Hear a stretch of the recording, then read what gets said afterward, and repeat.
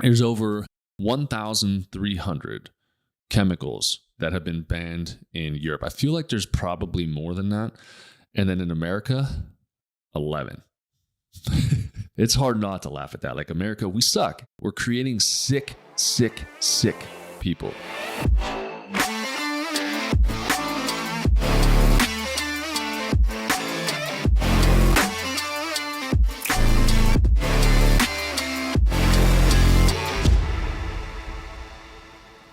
All right. Welcome to the Jacque Show. We're going to do another episode here on a topic that we talked about, I think like 2 weeks ago, depending on when you're listening to this. It's the 18th, it's August 18th today.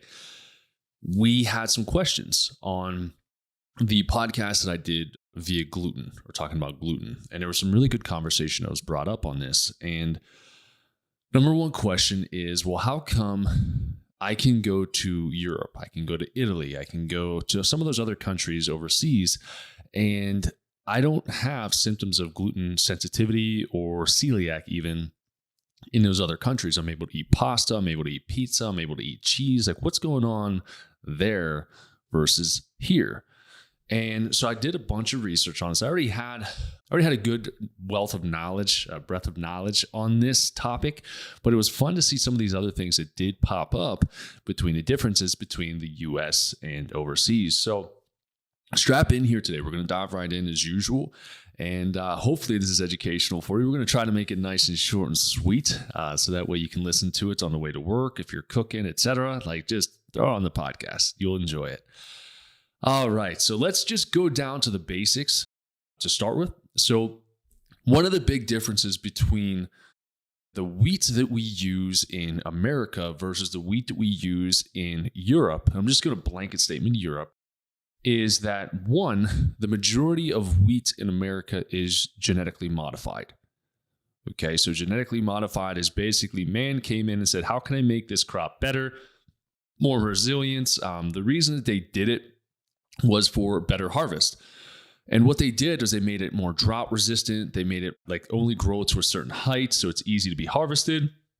They did all these things that, again, in their man-made mind, is like, well, let's just make this easier, which is cool. I have no problem with that if it wasn't for the fact that it was genetically modified. So when we're talking about that, there's certain pesticides and herbicides that they're going to use to unlock these seeds, these wheat grain seeds.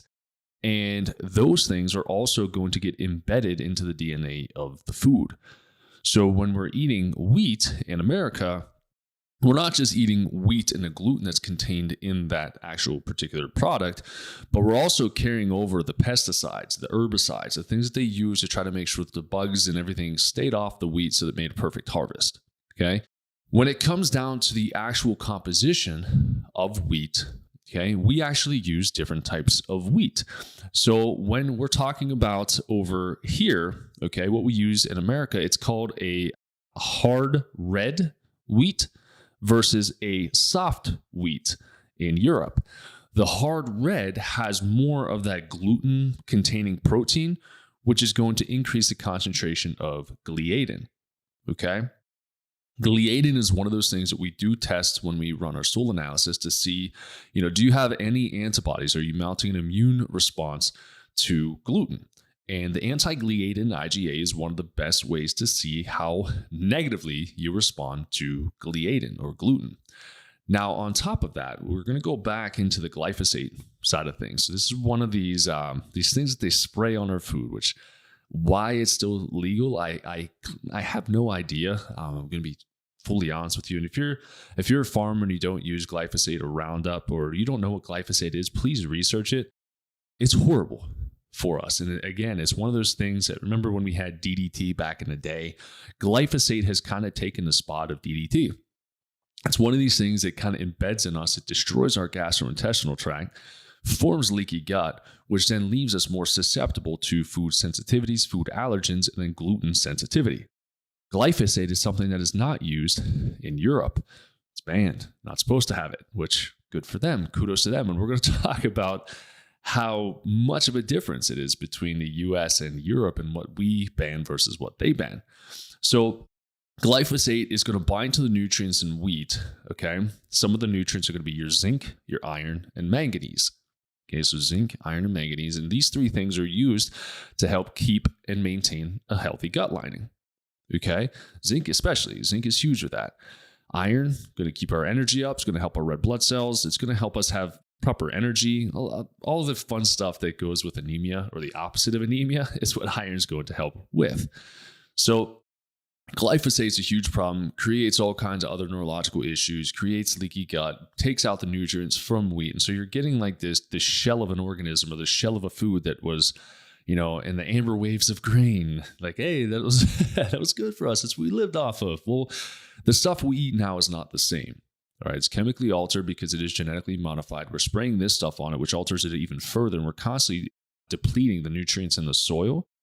Okay, because we're spraying all this death into our soil, and then plants have roots, so you're going to bring up the nutrients from the soil or lack thereof, and instead of nutrients, you're getting poison, and that's infusing into our food source, which shouldn't be the case. So therefore, anytime our body comes across something that's toxic, we're supposed to have a negative response to it.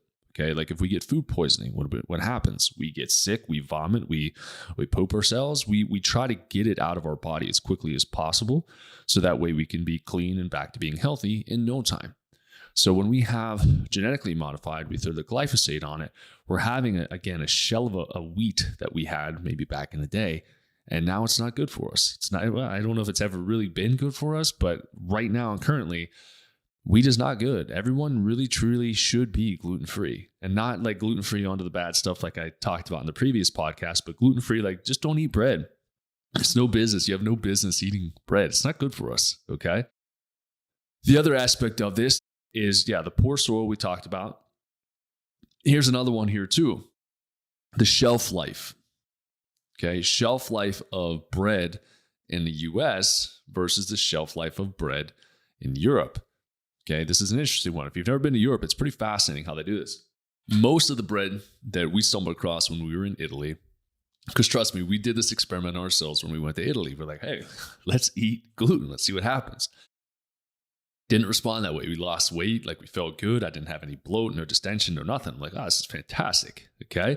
But the shelf life, the majority of the bread that we saw wasn't even in a bag. It wasn't pre-cut. It was just, you'd have like a giant loaf of like fresh bread. You'd drive by or walk by these places, and it was just like, whew, this stuff is delicious. It's fresh. And the intent is that you get rid of it that day. What's not is usually turned into breadcrumbs or something like that the following day, because the bread has already gone bad. So from a business standpoint, you're like, I'm losing money if I don't sell this bread. Cool.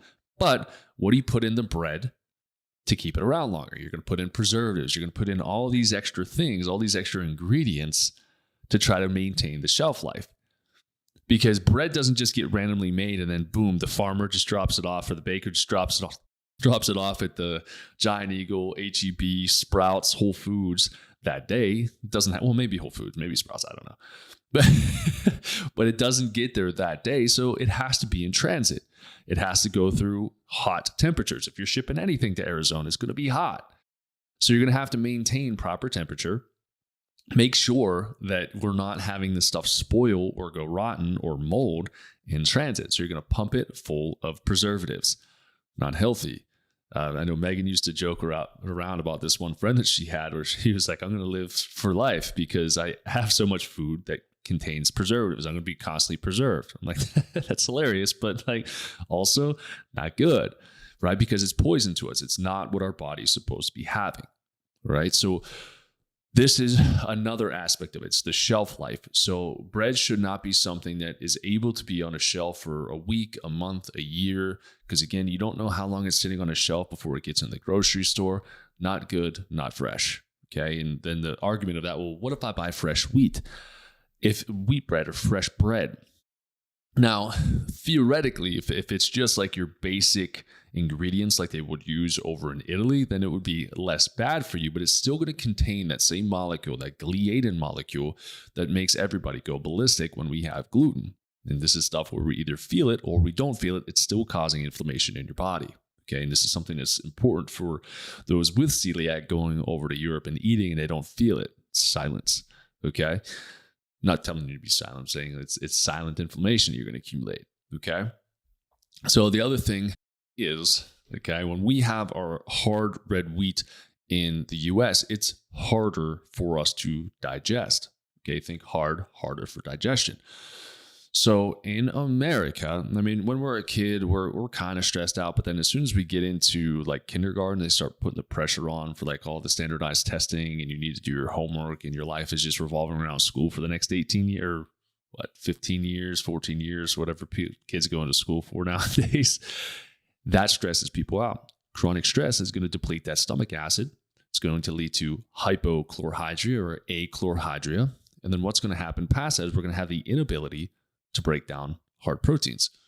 Gluten would be one of them. Okay, the bread is going to be one of them. So if you have a hard time breaking it down, gluten's already going to cause leaky gut or gut permeability. And that's going to open and expand the intestinal tract lining, and then those foods are going to slip out into the bloodstream, and that's where you get your IgA, IgG reactions. Okay, your food sensitivities. And then as time progresses, more inflammation, more damage, more accumulation of bad bacteria, celiac can come about from that. Okay, so it's the standard American way. We're born healthy and we just get poisoned from birth. It's great. It's a great thing. All right, antibiotics. Okay, antibiotics are one of the things that, in my opinion, get unbelievably overprescribed. But I looked at the stat here and it almost made me throw up. In 2016, so this is pre-COVID. I was joking with Megan last night, BC, before COVID. These were these numbers, right? So 2016, over 270 million prescriptions of antibiotics went out. Now, this was something what the original creator of antibiotics was worried about. It was basically like, hey, we're worried that these things are going to be overprescribed. They should only be used in life-threatening situations, which is what I talk about all the time. Medicine is in life-threatening situations only. And then afterwards, figure out why that happens so you don't have to be on that medication and you never have that happen again, right? We should always be living as if we have cancer. I think that's going to be my new phrase, is we should always be living that way, because if we live like we have cancer, and we're eating healthy, not what they tell you to eat in the freaking hospitals, McDonald's and ice cream, then you're going to have a higher success rate of enjoyment of life, better health, better brain function, and better quality years at the end of our lifespan. Okay. So over 270 million people on antibiotics. C-sections is going to be another one. Okay. C-sections, this was in 2020. I believe is when I grabbed this stat here. So C-sections in America were babies born were about 31.8%. So it's only up like 6 to 7% compared to Europe. They have C-sections over there, but it is important to talk about the alteration of the gut microbiome when babies are born in cesarean section. Again, that was originally just designed to be an emergency procedure. Now it's more of a convenience procedure. Now there are some times, and I'm not being insensitive, where they really are emergency situations. But I have also heard things like, oh, the cord's wrapped around the baby's neck. No shit. That's just kind of how the baby comes out. It's a big freaking baby. There's only so much for the baby in the cord. Like, they'll be fine. Get them out and unwrap the damn cord. So you're supposed to have somebody that works with you and knows what the hell they're doing. Right? Or baby's too big. Like, no, it's not. My wife had like freaking 50-pound babies for both of them. 10.6 and 9.8, I think. Or 10.7 and 9.8. Big kids. Little girl. So anyways, so being born cesarean section is going to alter our gut microbiome. And the more we do that, and then we're hit with antibiotics for ear infections when we shouldn't be hit with antibiotics for ear infections. They're mostly viral, which means they don't do anything, but then they crush our microbiome. We don't have proper gut microbiome or gut bacteria, probiotics. The more that happens, the more we're going to have inflammatory bowel issues, whether it's an IBS, an IBD. Kids are being put on formula as well. And formula is absolutely one of the worst things you can do. And I know that we have this formula shortage, and I'm just going to get on a high horse here for a second. I'll get on my soapbox. Fuck formula. All right? It's horrible. It's absolutely horrible for your kid. Okay, I can understand if you have zero milk production at all. Like, you came out, you gave it a week's duration or 2 weeks duration of time, and you're like, listen, like, I just don't have anything. Now, if I were working with you, I would be able to coach you on certain things you can do to activate your milk supply. All right. There are ways if you look for them. This isn't a convenience thing. We're trying to make sure that you're able to produce milk for your baby because it's one of the most important things that a baby can get in order to have proper, healthy growth. Now, with all these people yelling from the rooftop that we don't have our formula supply, to me, I'm like, great. Start using what God gave you. Again, start feeding your kids naturally. And if you can't do it, there are breast milk banks or breast milk donors that you can use milk to give to your child as well. There are plenty of options out there. For the love of God, please stop reaching for the formula or create your own formula that's actually good. It doesn't have soy in it, doesn't have milk in it, doesn't have casein in it, which is, again, something highly inflammatory. And you're going to have some wheat and stuff in there, these fake enriched, synthetic vitamins that are going to be garbage. Not only that, but your baby is going to get your antibodies. It's going to get your immune system from you. If you just formula feed your baby's immune system is going to be weak as hell. And you're going to wonder why your kid's sick all the time, all throughout life. Okay? So anyways, going back to that, we're rushing babies just to be formula fed. It's going to alter the gut microbiome. They're going to have more issues with constipation. So they're going to hit them with Miralax. Then they're going to have ear infections because of the dairy consumption. So they're going to keep treating them with antibiotics for the ear infections. Tonsils are going to swell. Adenoids are going to swell. They're going to rip those things out, which decreases the immune system. And then you're left with a shell of a baby again. Man's alteration of a baby. Good job, America. We suck. All right.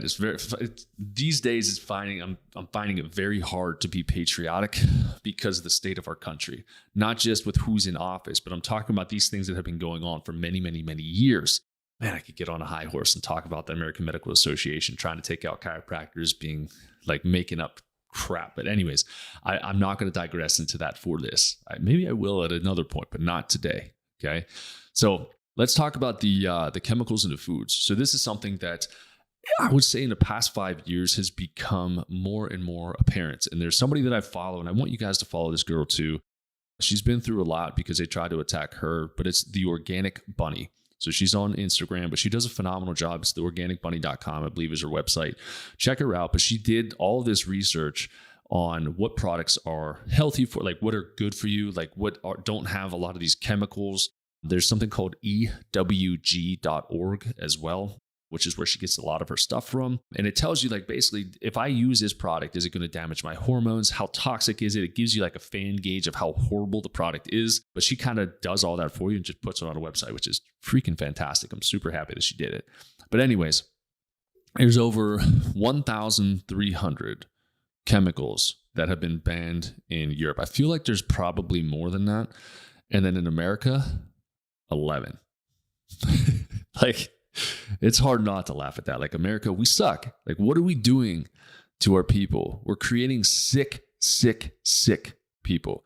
From the toothpaste that we use, it poisons our kid from birth. As soon as they start popping out teeth, you give them toothpaste that says, if swallowed, called poison control. Like, I've talked about this for years. Like, what kid does not eat toothpaste? Like, I'll wait.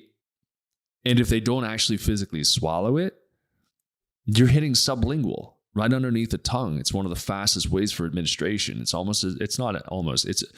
second to IV, basically. So IV is the fastest way to get something into your body. Sublingual is the second fastest, unless they've come up with something else since last time I did the research a couple years back.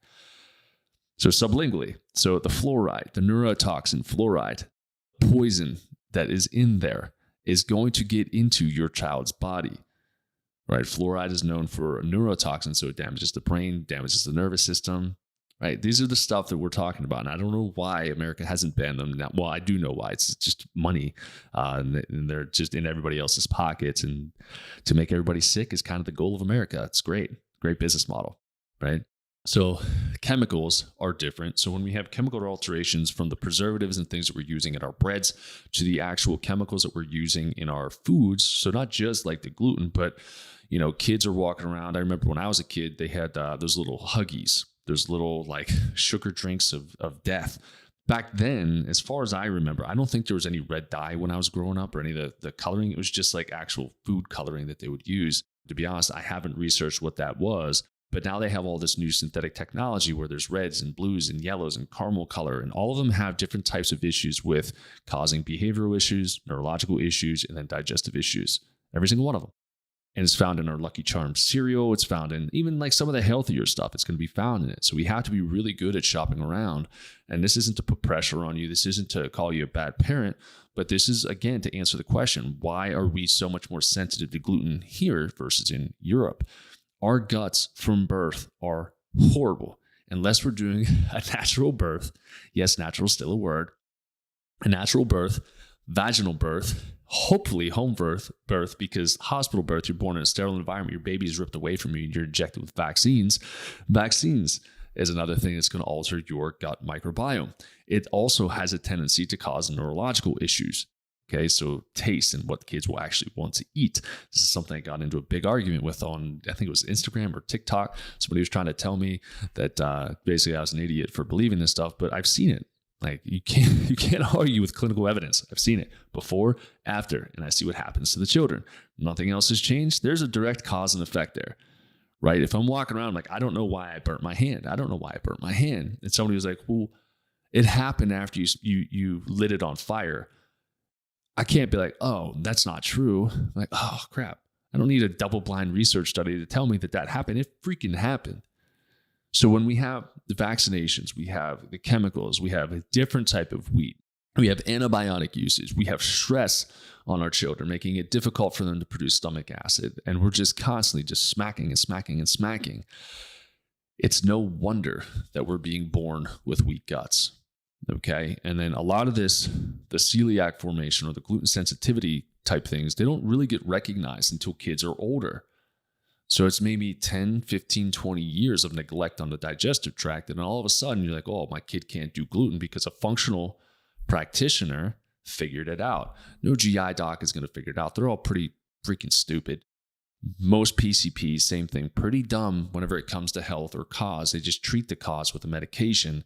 So that means with all of those years that your child went with all of these symptoms, whether it was rashes or allergies or digestive issues, constipation, diarrhea, bloating, behavioral issues, you treated that with medications. Your doctor treated that with medications, so that we have this toxic accumulation of this poor child that makes it into their teenage years. They start eating cafeteria food, which is all garbage food.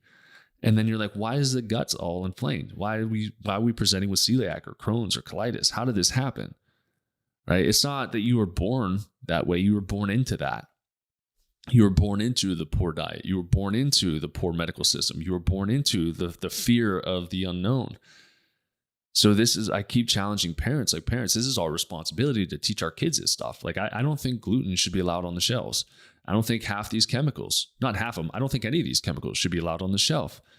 I think that people need to start fending for themselves. They need to start growing their own food. They need to hunt their own food. They need to be able to go fish, kill something out in the wild, bring it back and have a process or they can process it themselves, have some steaks and things like that for you to be able to live, because that's going to be the best quality food that you're going to get.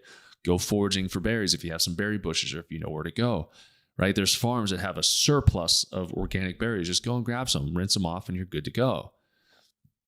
If we can make this alteration, I'm not saying that we can go back to eating gluten.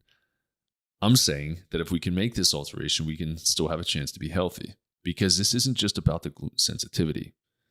There's an underlying disease state that's taking place in the body, or dis-ease. So we're hyper-focused on the gluten, but how did we get that to begin with? If we just ignore gluten, but we continue to eat all the processed food, processed sugar, live a stressful life, don't drink water, we only drink pop, right? No offense to somebody that I know might be listening. We had a pop conversation this week. But if we can stop doing these things, then we can have a healthy future. And it's not like, well, when can I eat gluten? It's like, why would you? Why would you want to eat gluten? It's like smoking a cigarette. I don't understand it. I don't understand why people still smoke cigarettes. You know it's going to kill you, but you still do it. Same thing with gluten. You know it's going to kill you. It's going to hurt you quite a bit, but you still want to do it. It's like an abusive relationship that you just can't get out of. Why is that? Gluteomorphins, right? These are the addictive compounds that are found in your wheat. Okay, gluten, Casomorphine is dairy, so casein. They're morphine-like compounds that are highly addictive. They just want to keep drawing you back in. And the effects, if you've listened to the previous podcast, the effects can last 6 months, 2 years after one consumption. It's like, why would you want to do that? Why? Societal pressure, you miss it, you have an emotional attachment to it, push through it. You don't need it. It's not that good. It really isn't. I mean, a good piece of bread, cool. But if we continue to live this life and we live in ignorance, which you can't do anymore if you listen to these past 2 podcasts, you can't live in ignorance anymore because the information's there. It's very easy to search. You can fact check me if you want to. I don't really care. The information is there. It does not mean that you can go to Europe and live as though gluten still does not hurt you. Now, this is like the slow trickle effect, right? It's like if you have one Advil, it might help you with your headache, right? But if you have the whole bottle of Advil, it's going to be your last headache. So here's the difference. Gluten in America is like the whole bottle of Advil. Gluten in Europe is like one. It's like stubbing your toe. It will cause inflammation. It won't be as noticeable as what we have over here, but the protein, the gliadin, is still there. The stuff that still causes inflammation in the body. Okay, so we might weaken our gut while we're in Europe. Then we come back and we try to eat the same things that we ate over here. I'm like, oh, it hurts so bad. Well, you primed the pump. You already made yourself more toxic when you were over there.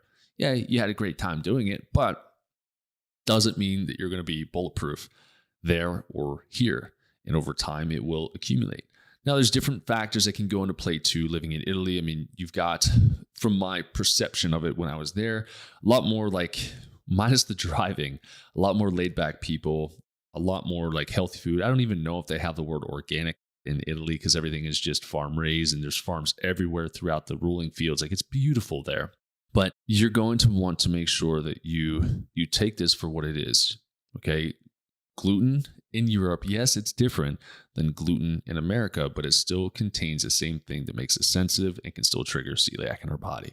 So hopefully that split the difference there for us on a difference between why we can eat, quote unquote, why we can eat gluten in Europe versus over here in America.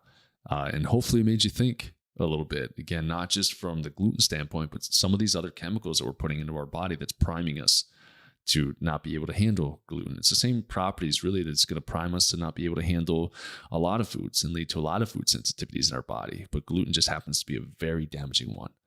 So the question always ends up, would you ever tell me that I can eat gluten? And I'm like, that's up to you. If you want to hurt your body, go for it. If you want to be healthy, don't do it.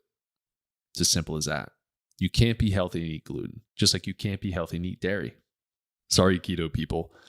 You can't. It's impossible. Okay, you can theoretically feel okay, but health is not how we look at how we feel. Health is how we function. So if we just keep pouring toxins into our body, our toxic bucket is going to eventually overflow, and it's going to be as though you did have that entire bottle of Advil, and you're going to wonder where it came from. I didn't do anything different, and all of a sudden I got celiac. Yeah, years of accumulation of toxic lifestyle. Yeah, of course. Makes so much sense. So hopefully this empowers you. Hopefully you'll start viewing your children a little bit differently. Try it. Give it 2 weeks. Give me 2 weeks of this. Try this for 2 weeks. Avoid gluten. Avoid any gluten-free stuff. So just whole foods. If you're like, well, how do I have a burger? I told a patient yesterday, make like a burger bowl. Do all the stuff that you would typically do on a burger. Chop up the lettuce, throw it in the bowl, throw the burger in there, chop up the burger and mix it up. You can throw like an organic ketchup on there if you want to, or organic mayo or whatever condiments you typically do there, banana peppers, all your fixins. Just leave the gluten out of it and watch how much you enjoy it, and also watch how much your kids enjoy it. Because to me, to our kids, it's like a treat. They're like, oh, cool, it's in a bowl now. This is fun. They don't have to worry about holding some sloppy burger that's going to fall off as soon as they take a bite out of it, right? Which is like a lot of kids hate that. You give a kid a burger and they're like, I can't eat this thing because it's just smushing out. There's goo everywhere. They have crap all over their hands. They're like, I don't like this.